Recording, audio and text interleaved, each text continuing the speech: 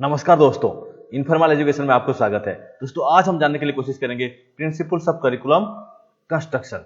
दोस्तों ये एजुकेशन का एक मोस्ट इंपोर्टेंट कंसेप्ट है जो करिकुलम कंस्ट्रक्शन, करिकुलम डेवलपमेंट। उसमें एक यूनिट है करिकुलम फ्रेमवर्क, जिसमें एक टॉपिक है करिकुलम और प्रिंसिपल ऑफ करिकुलम कंस्ट्रक्शन। तो दोस्तों चलते हैं करिकुलम कंस्ट्रक्ट करने के लिए क्या क्या प्रिंसिपल्स अप्लाइड होते हैं। तो दोस्तों पहले अगर देखना चाहेंगे कि करिकुलम क्या होता है, अगर जानना चाहेंगे कि करिकुलम क्या है, तो करिकुलम एक लैटिन वर्ड से लिया गया है जिसका जो वर्ड है कररेरे, CURRERE, कररेरे। तो उसका मीनिंग होता है टू रन। करिकुलम का जो लैटिन वर्ड से जो आया है वो कररेरे है, उसका मीनिंग है टू रन। तो इसका मतलब अगर देखें, करिकुलम का मतलब देखें तो curriculum means a course to be run for reaching a certain goal और डेस्टिनेशन। एक पर्टिकुलर गोल एंड डेस्टिनेशन को पहुंचने के लिए, वो चाहे नेशनल लेवल में हो, वो चाहे इंटरनेशनल लेवल में हो, वो चाहे स्टेट लेवल में हो, वो चाहे कोई स्कूल के लेवल में हो, एक पर्टिकुलर गोल एंड डेस्टिनेशन को पहुंचने के लिए जो कोर्स, जो मतलब एक्टिविटीज रन किया जाता है एक पर्टिकुलर ड्यूरेशन में, उसको हम लोग करिकुलम बोल सकते हैं।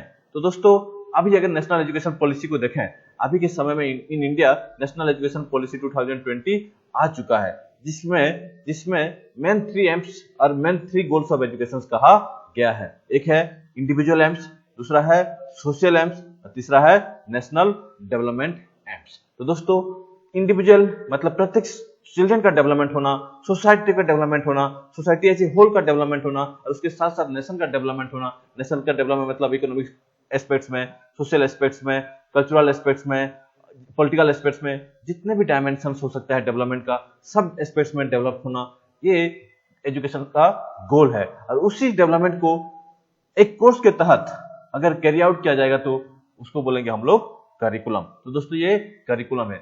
अगर डेफिनेशंस देखें करिकुलम का तो 3-4 डेफिनेशंस में बताने के लिए कोशिश करूंगा। बहुत सारा डेफिनेशंस है, आप जाके देख सकते हो। लेकिन पहला है कनिंघम, वो बोलते हैं curriculum as a tool in the hands of artist. Teacher को बोलते हैं आर्टिस्ट, हो गया, टू मोल्ड हिज मटेरियल्स, और मटेरियल्स हैं उनका स्टूडेंट्स जो प्यूपिल्स हैं, according to his aim and objectives in his studies. तो एक आर्टिस्ट जैसे क्ले आर्टिस्ट होते हैं, वो क्ले को एक डिफरेंट शेप देते हैं। अगर उसको चाहे तो वो किसी भी प्रकार का मतलब आइडल बना सकते हैं, हो गया। ऐसे एक टीचर्स भी एक आर्टिस्ट होता है, स्टूडेंट्स को एक पर्टिकुलर शेप प्रोवाइड करने के लिए, और उस शेप प्रोवाइड करने के लिए जो इंस्ट्रूमेंट होता है वो होता है आपका करिकुलम। और कहाँ होता है? वो स्कूल में होता है, एक कनिंघम कहते हैं। दूसरा बोलते हैं कि curriculum is sum total of experiences that pupil receives through manifold activities। जो स्कूल में मैनिफोल्ड एक्टिविटीज, जो different activities, varieties of activities होता है, उसमें जो एक्सपीरियंस गेन करते हैं, वो चाहे स्कूल में हो, क्लासरूम में हो, लाइब्रेरी में हो, लेबोरेटरी में हो, वर्कशॉप में हो, प्लेग्राउंड में हो, चाहे formal informal interaction between teachers students, हो गया, जितने भी सारा एक्टिविटी होता है, आप मान के चलो सब करिकुलम होता है। सिलेबस आप लोग जानते होंगे, आप पढ़ चुके होंगे, सिलेबस थोड़ा डिफरेंट होता है। सिलेबस एक नैरो पार्ट होता है, मतलब एकेडमिक एक्टिविटी जो होता है सिर्फ, उसको हम सिलेबस बोल सकते हैं। लेकिन करिकुलम हमेशा ब्रॉडर एस्पेक्ट्स को डील करता है, जितने भी सम टोटल एक्सपीरियंसेस। क्लासरूम से क्यों, क्लासरूम से छोड़ के बाहर भी जितने भी एक्टिविटीज होता है स्कूल में, वो चाहे फॉर्मल हो इनफॉर्मल हो, जितने भी एक्टिविटीज होता है उस सबको हम लोग करिकुलम बोल सकते हैं। अगर डेफिनेशन देखें तो फ्लोरेंस नाइटिंगेल इंटरनेशनल फाउंडेशन बोला है curriculum is a systematic arrangement of the sum total of selected experiences planned by a school for a definite group of students to attend the aims of a particular educational program। तो दोस्तों ये Florence Nightingale international foundation बोला systematic arrangement है, और जो sum total experience को वो plan करता है स्कूल में और एक पर्टिकुलर ग्रुप के लिए, पर्टिकुलर ग्रुप मतलब एक स्टूडेंट्स के लिए वो प्लान करता है, और वो उसमें अटेंड करते हैं सर्टेन एम्स, और वो एजुकेशनल प्रोग्राम बनता है। ये बोलता है नाइटिंगेल इंटरनेशनल फाउंडेशन। नेक्स्ट है आपका लेम्बरस्टोन एजुकेशन फॉर नर्सिंग लीडरशिप। ये बोलता है कि एक composite of the entire range of experiences the learner undergoes under the guidance of the school. एक लर्नर जितने भी मतलब एंटर रेंज ऑफ एक्सपीरियंसेस जो लेता है, एक टीचर्स स्टूडेंट्स एक टीचर्स स्कूल की गाइडेंस में वो सब एक्टिविटीज, सब एक्सपीरियंसेस को हम लोग बोल सकते हैं करिकुलम। तो दोस्तों करिकुलम का मतलब अगर सिंपली समझें तो एंटर एक्सपीरियंसेस जो स्कूल में होता है, वो चाहे प्लांट हो, मोस्टली प्लांट होता है, वो प्लांट हो चाहे नॉन प्लांट हो। प्लांट को कुछ लोग बोलते हैं कि प्लांट एक्सपीरियंसेस को बोलते हैं, कुछ लोग नॉन प्लांट को भी करिकुलम का पार्ट मानता है, जिससे कि हिडन करिकुलम एक पार्ट होता है। हिडन करिकुलम एक जो कंसेप्ट है वो अनप्लान्ड होता है, उसमें कोई प्लानिंग नहीं होता है। और जो मतलब विजिबल करिकुलम होता है वो सब plant he, almost everything is plan. तो दोस्तों ये टाइप्स ऑफ करिकुलम में भी पढ़ेंगे, कोर करिकुलम, हिडन करिकुलम वगैरह एंड वगैरह।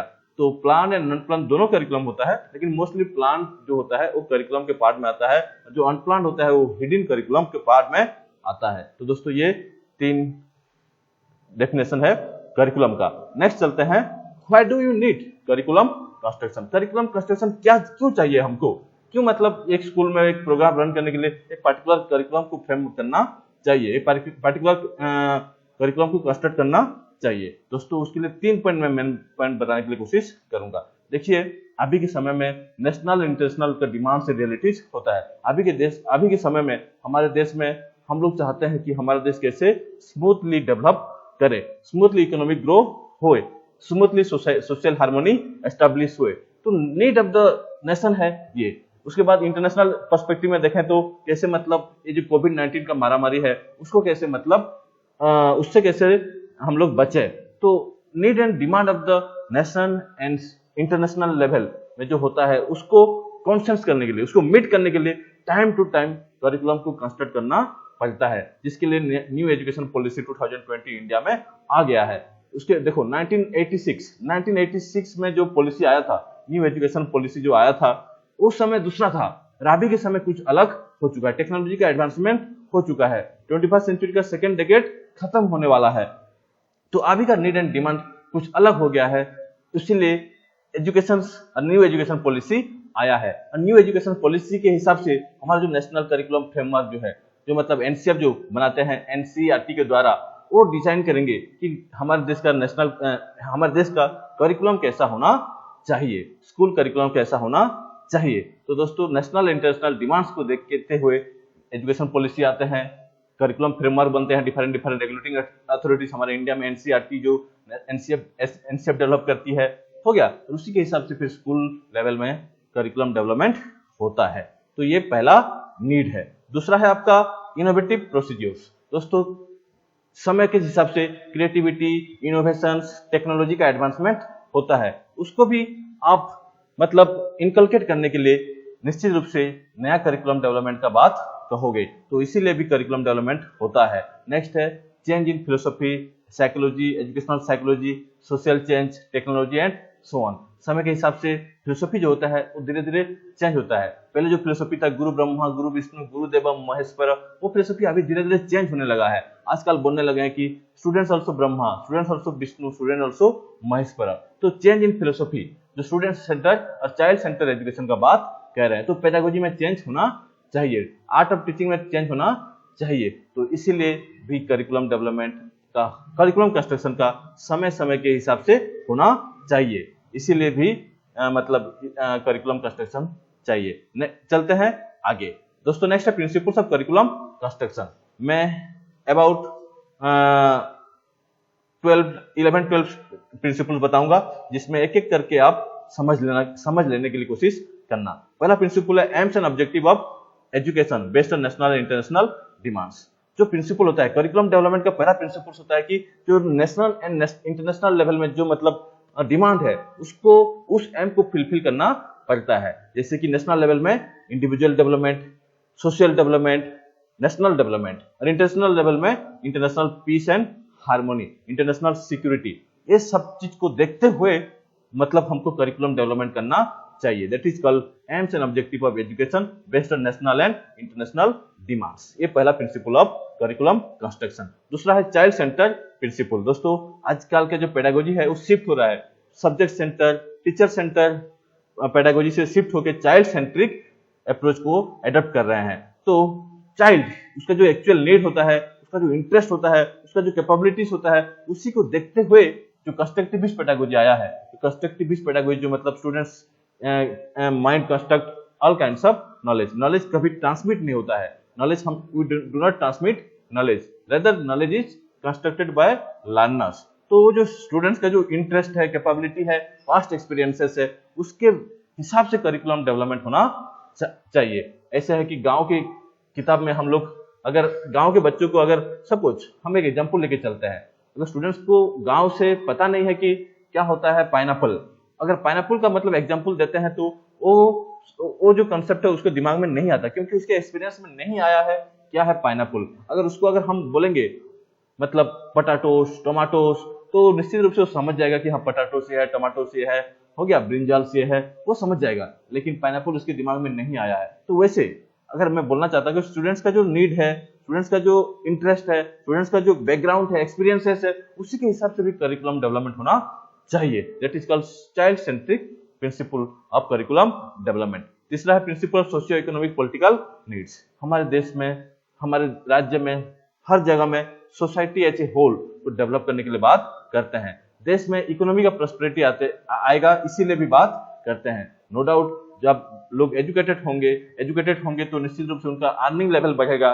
There is positive correlation between educational status and earning levels. तो एजुकेशन जैसे बढ़ता है वैसे उनका अर्निंग लेवल्स भी बढ़ता है। तो based on their education status economic जो डेवलपमेंट होगा उसको हम अपने दिमाग में रखते हुए भी अपना करिकुलम को डेवलपमेंट करने के लिए कोशिश करते हैं। नेक्स्ट आपका पॉलिटिकल नीड्स। हमारे देश में जो पॉलिटिकल नीड्स होता है, जैसे कि एक एग्जांपल देने के लिए कोशिश करता हूं कि देखो वोटर जो टर्नआउट होता है वो हमारे देश में 65% 70% के आसपास है।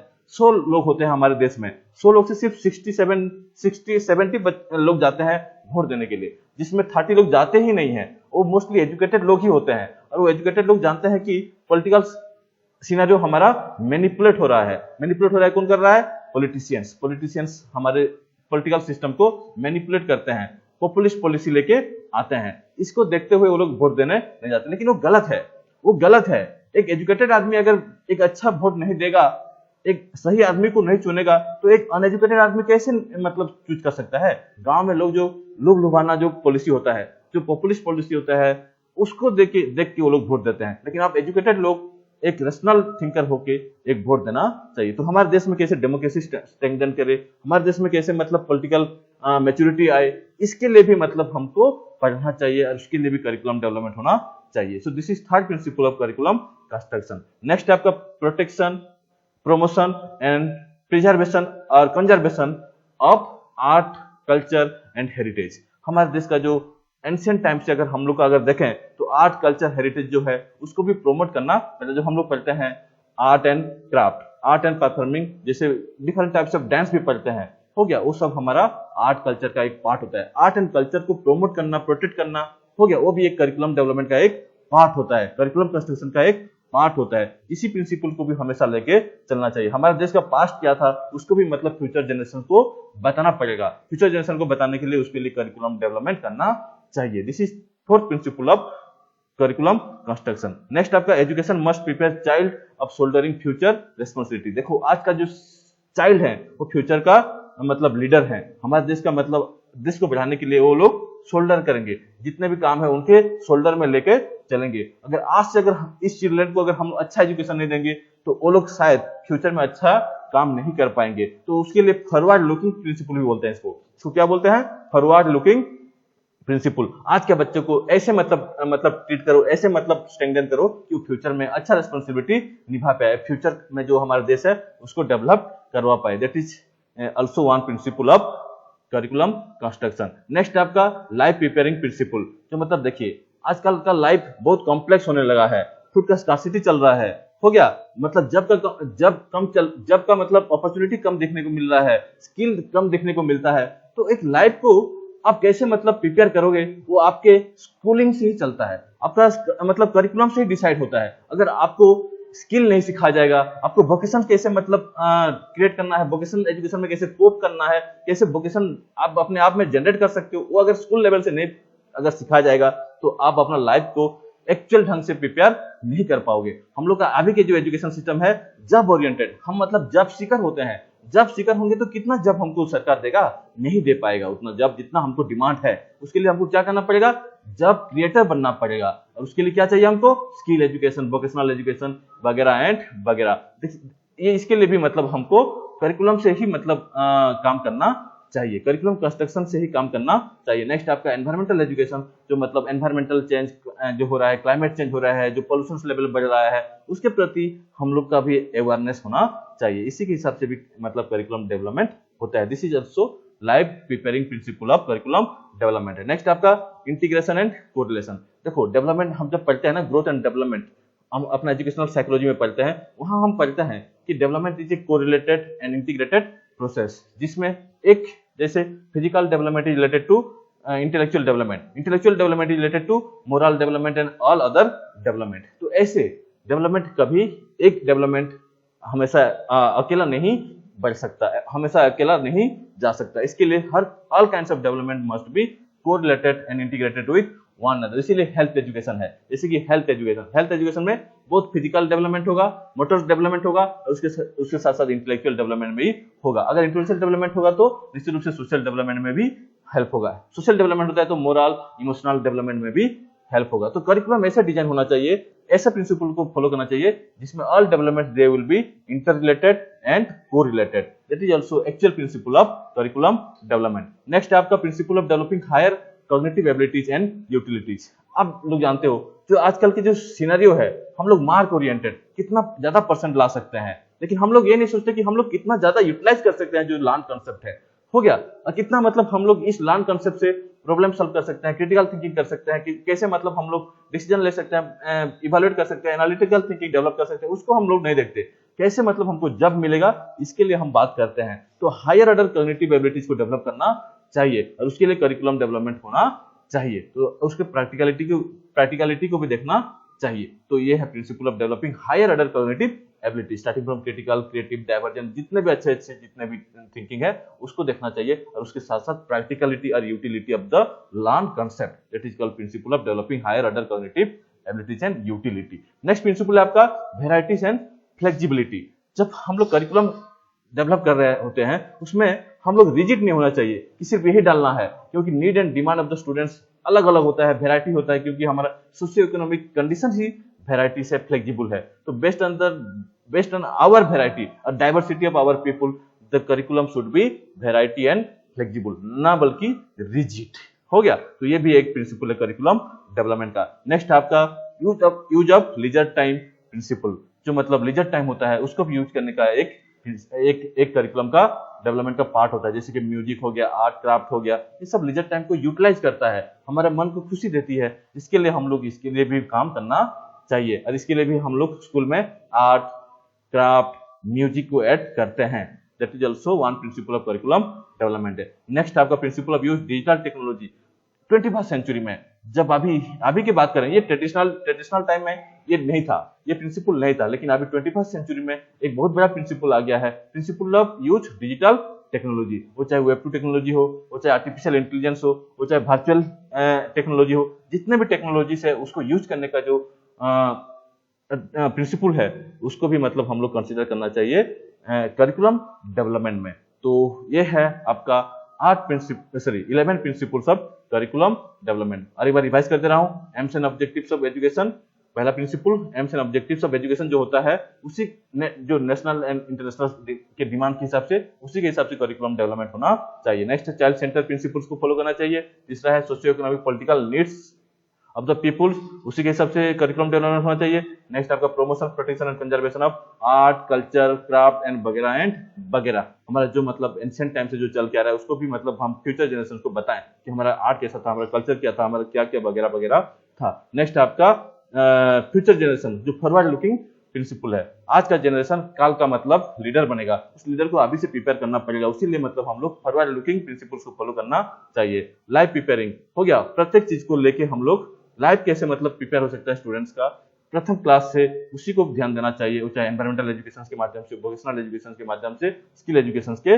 माध्यम से। नेक्स्ट आपका integration and correlation principle, and next आपका higher order cognitive abilities and utility principle. Next आपका वेराइटीज एंड फ्लेक्सिबिलिटी। हमसे करिकुलम डेवलपमेंट क्या होता है, वेराइटी एंड फ्लेक्सिबिलिटी को फॉलो करता है, ना बल्कि रिजिडिटी। तो दिस इज नेक्स्ट आपका use of leisure time principle and next आपका digital technology, use of digital technology. ये मॉडर्न प्रिंसिपल है, modern principle of curriculum development कह सकते हैं। तो this is all about principles of curriculum construction. Thank you, thank you, thank you.